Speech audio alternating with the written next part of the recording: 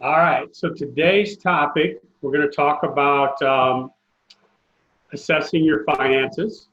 And I'm going to skip through some slides just in the essence of time and keeping things in the 15-minute time bracket.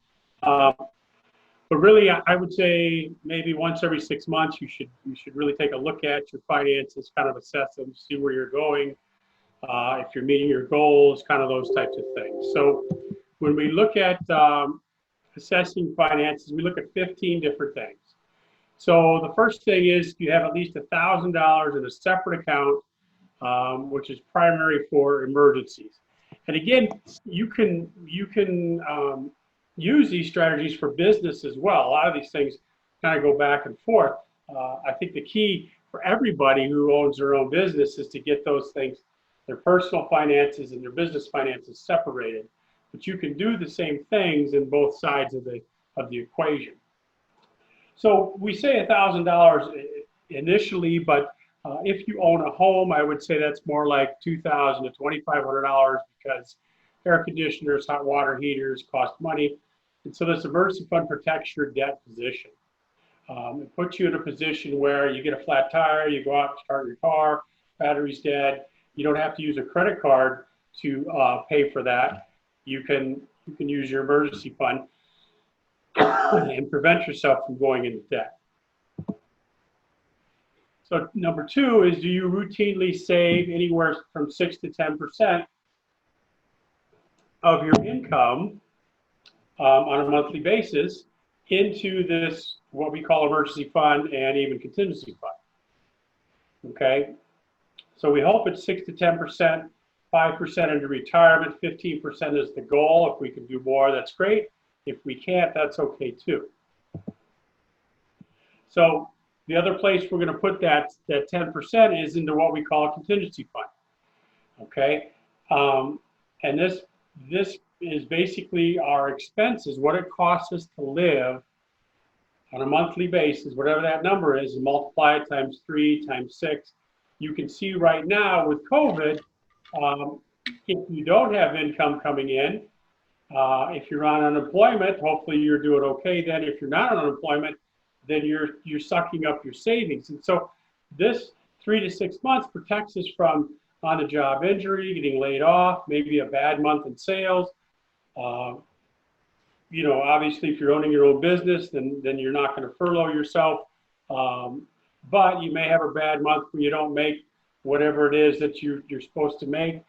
This protects your living situation so that you can dip into this fund to maybe take care of any discrepancies that are there, pay your bills, pay your mortgage or your rent, and stay within your home. And it gives you that cushion to either, reevaluate your business and start things up differently, whatever it is, but it protects our home. Do you have more than 2 credit cards carrying a balance from month to month? If you do, you need to look at a debt management plan, and we are going to cover debt management later on in next month, I believe. But we want to try to get that paid off because you're paying money in interest, maybe fees. That's money you're just giving away. Okay, you're just giving that to the bank. And if we can get that down to 0, that creates more money to save. That prevents us from giving money away to the bank. Something we want to do and look at. Have you borrowed more than 30% of your credit line in your credit card? So kind of 25 to 30% is kind of the magic number. So if you've got a credit card, it's got a $1,000 limit, and you've got $400 charged on that, that is actually hurting your credit score.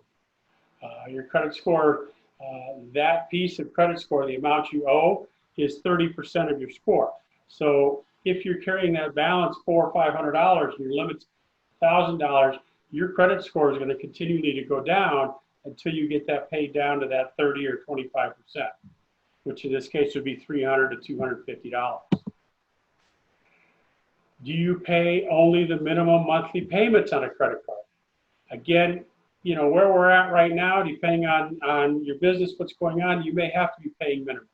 But as things progress and change, or if your incomes, continue to come in, you want to try to pay more than the minimum.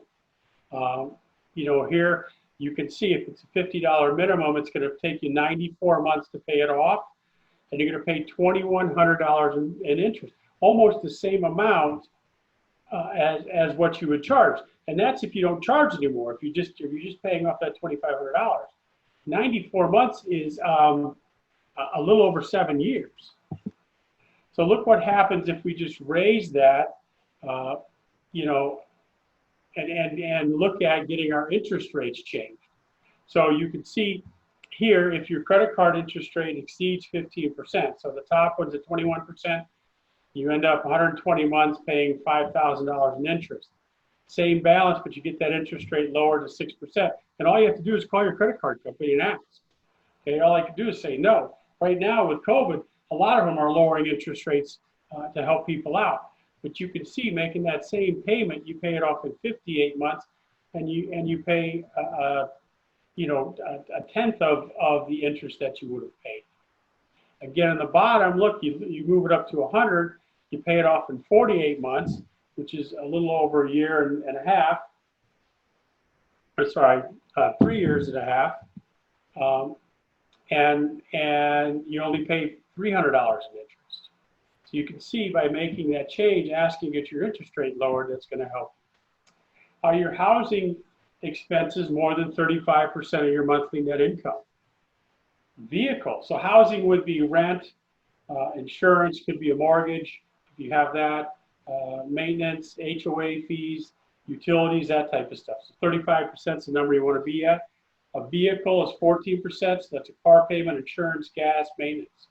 Those are the two of the bigger numbers that we look at in budgets or spending plans to try to keep those within. So if you're paying 45% in your housing costs, you're living in a very nice house, but you're really causing your budget some problems.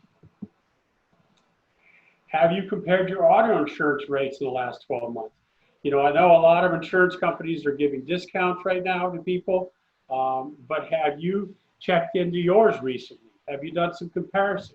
You can go on to Geico and some of these places, and if you put in your information, they'll give you a comparison of 4 or 5 different places.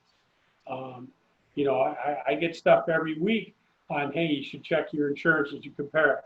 I try to do it once a year at least, maybe sometimes every 6 months. Have you overdrawn your bank account in the last 12 months? Certainly, this is a problem. You can turn off automatic overdraft, and what will happen is if you try to charge something, you'll get denied. Then you can go in and transfer money automatically, and then run your card again, and it'll get approved. So overdraft fees are something you want to be careful of. $35 a pop generally in most banks. Have you enrolled in a retirement plan such as 401k, 403b, IRA? The sooner you start, the more that's going to build. Compounding interest. Right now is a great time to start because the market's kind of down a little bit. But anytime you can start, the better, the bigger that number will get. And again, it contributes anywhere from 5 to 6%. If you're your own employer, then you don't have a match program. But if you work for somebody, you might have a match. But again, you can do that through your bank. You can go to Edward Jones. You can do it at a variety of different places if you want to open up an IRA opposed to a 401k. Is your credit score at 620 or greater? Again, credit scores run from 300 to 850. 620 is not considered great credit. You want to be above 700. If you can get to the 800 range, that's where you get the 0%. Even in the 750s, you get 0% for cars. You get low interest loans. Your credit score or your credit card interest rate can be reduced. So again, you want to try to establish that and build that up. I would say from a business side of things as well, you might want to get a business card as well and separate it from your personal stuff once you can make that separation. Do you have delinquent student loans or loans in default? Okay, right now, through the September 30th, the government, through the CARES Act, has deferred everybody's payments. They're charging 0% interest on loans. Anybody that's delinquent has stopped being delinquent. There's no defaults or anything like that. You don't have to pay. What I would recommend, if you can afford to pay, to pay. And the reason is that when you make a payment, when you made a payment in February, for example, part of that payment went towards your interest. If you make a payment in August right now, the entire payment goes towards your loan. So you're getting more of the principal paid off right now because you're not paying any interest.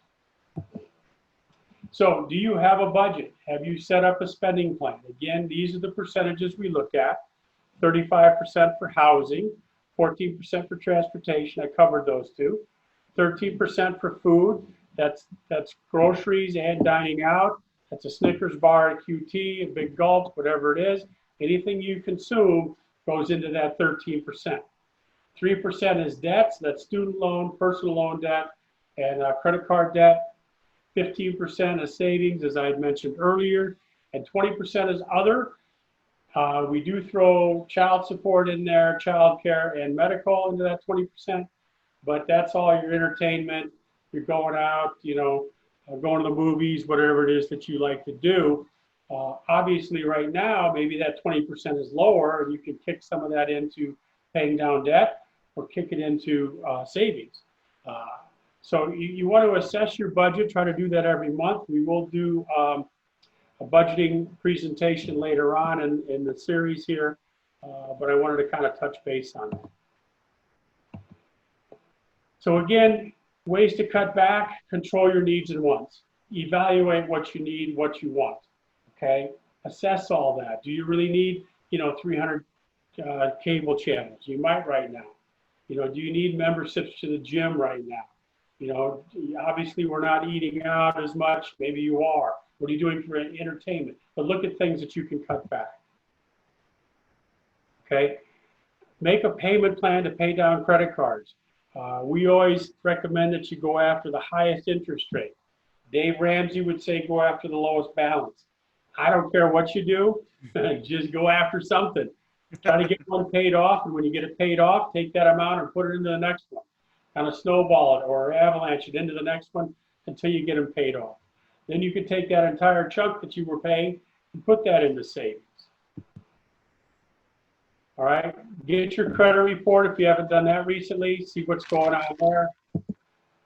Again, assess your spending. We'll go more into that when we get into budgeting. So I would take any questions that anybody might have at this point. Awesome, Matt. Thank you so much. Sure. Quick question. So if someone is needing to sit down and start looking at their finances and come up with some kind of debt plan, how does that service, how does that work with Take Charge America? Well, it was just a phone call, and they would kind of go through everything with you. The phone call's free.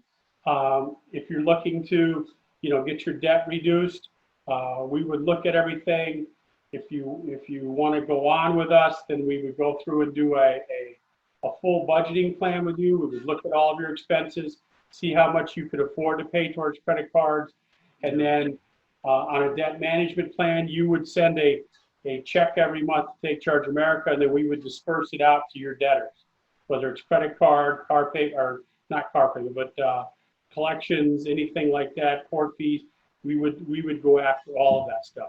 So the initial phone call, we will kind of assess everything, take a look at stuff. We do have things on our website there that are free also that you can do. What we call putting your debt on a diet, and you can work that out and do that yourself without using our services. But generally, because we're a nonprofit, we've been around for 31 years, we get your interest rates and fees waived, and that usually covers the monthly fee, which could be anywhere from $0 to $25 a month. That's great. That's a lot of help. So for anyone watching this presentation, I highly recommend that you call this phone number here with Take Charge America. They can help you with your debt, and this is the reason why we're doing these financial literacy courses with Matt. He teaches some very fundamental financial practices here that can help you stay on track. And so, Matt, thank you so much for your time today. We look forward to the next presentation. Is there anything else you'd like to add? Just one quick thing. I'm going to Yeah, email you a handout that has all those questions on it. great. I know it's hard for people to catch that, but it's got check boxes and stuff, so you can really do an assessment. So thanks for having me. Be safe, everybody, and we'll talk to you again soon. All right. Thank you so much, Matt. Thank you. you. You bet. Okay. And we're going to jump right back to our Business Energizer session here.